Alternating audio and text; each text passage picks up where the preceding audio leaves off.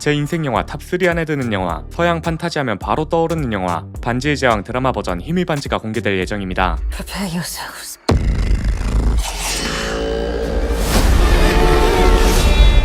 이 사우론.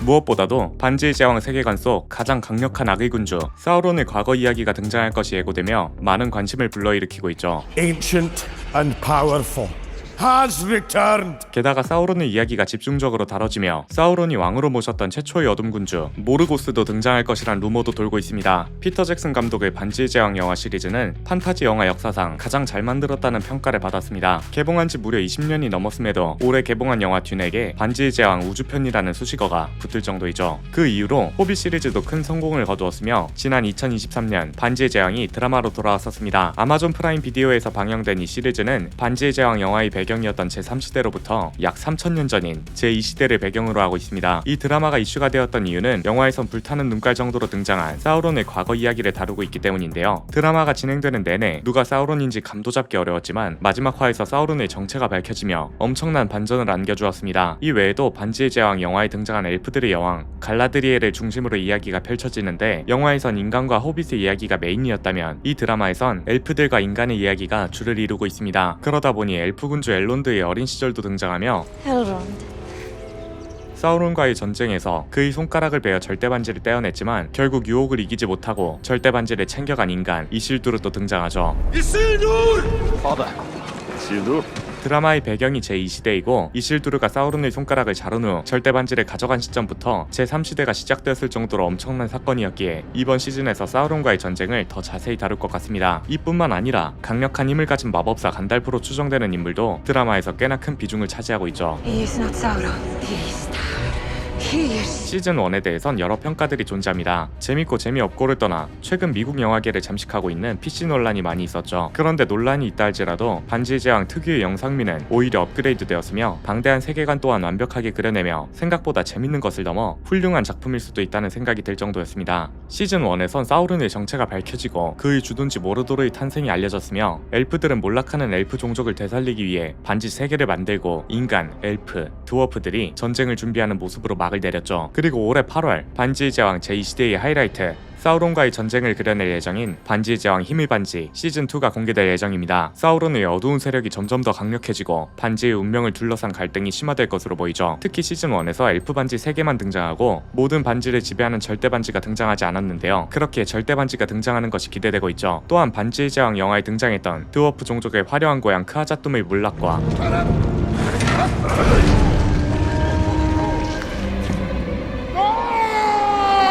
엘프들의 도움을 받아 인간들이 번영시켰던 누메노르의 운명에 대한 이야기도 주요 포인트가 될 것입니다. 그럼 시즌2 예고편과 함께 어떤 내용이 그려질지 살펴보도록 하죠. 시즌2 예고편은 시즌1에서 모르도르를 향했던 사우론의 뒷모습으로 시작됩니다. 사우론은 시즌1에서 왕족 혈통인 척 인간 행세를 하다가 마지막 화에서 정체를 드러냈는데요. There is no such future.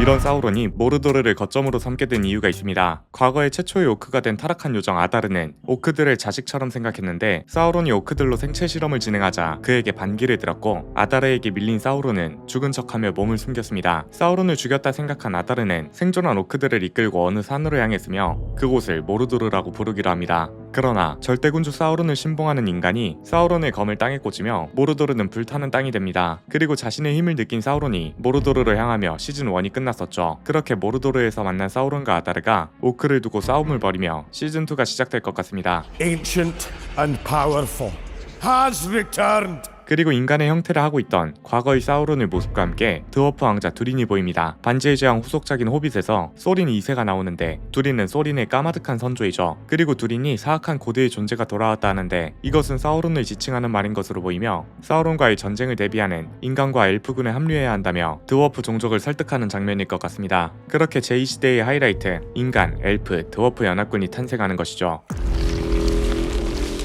그리고 웬 질버기가 등장하는데 사우론이 최초의 오크 아다르에게 공격받았을 당시 탈출해서 살아남기 위해 이런 형태로 변신한 것이란 추측이 많습니다. Prepare yourselves.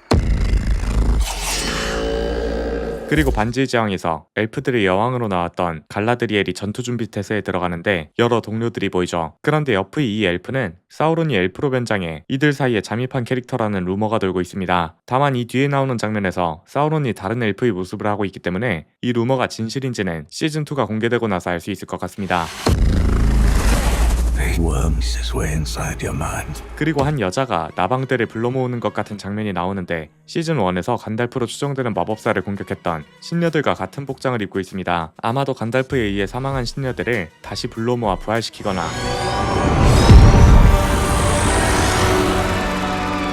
더 강한 존재로 재탄생시키는 장면으로 추정되죠. 무엇이 됐든 이 신녀들도 정말 강력한 힘을 지니고 있기 때문에 시즌2에서 어떤 위기를 불러올지 기대가 되고 있습니다. The crest of him slithers in. 그리고 엘프들 중 힘의 반지를 제작한 켈레브린보르에게 사악한 존재들이 다가가는데요. I think he has been here.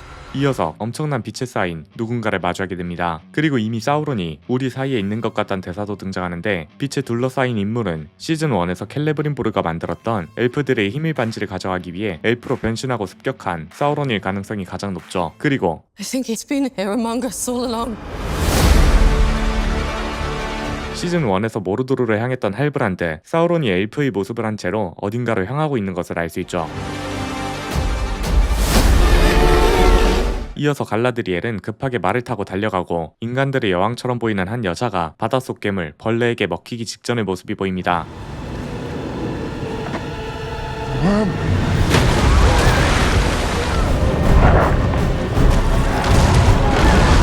시즌1에서 인간들의 여왕 티르미리엘은 모르도르의 화산이 폭발하는 사고에 휘말려 실명됐었는데요. 누군가의 계략으로 인해 바다에 빠진 것으로 보이죠. Every soul in Middle-earth is in peril. 그리고 드워프들의 왕세자빈과 드워프들의 왕의 모습과 함께 그들의 터전인 크아자툼이 무너지고 있는 것을 보여주죠. 드워프의 도시가 무너지는 것뿐만 아니라 인간 세상 그리고 엘프들의 세상까지 오크들로 인해 혼란을 겪는 모습이 등장합니다. 사우론에 대적하기 위한 인간 엘프 드워프 연합의 결성에 문제가 생겼다는 것을 보여주고 있죠.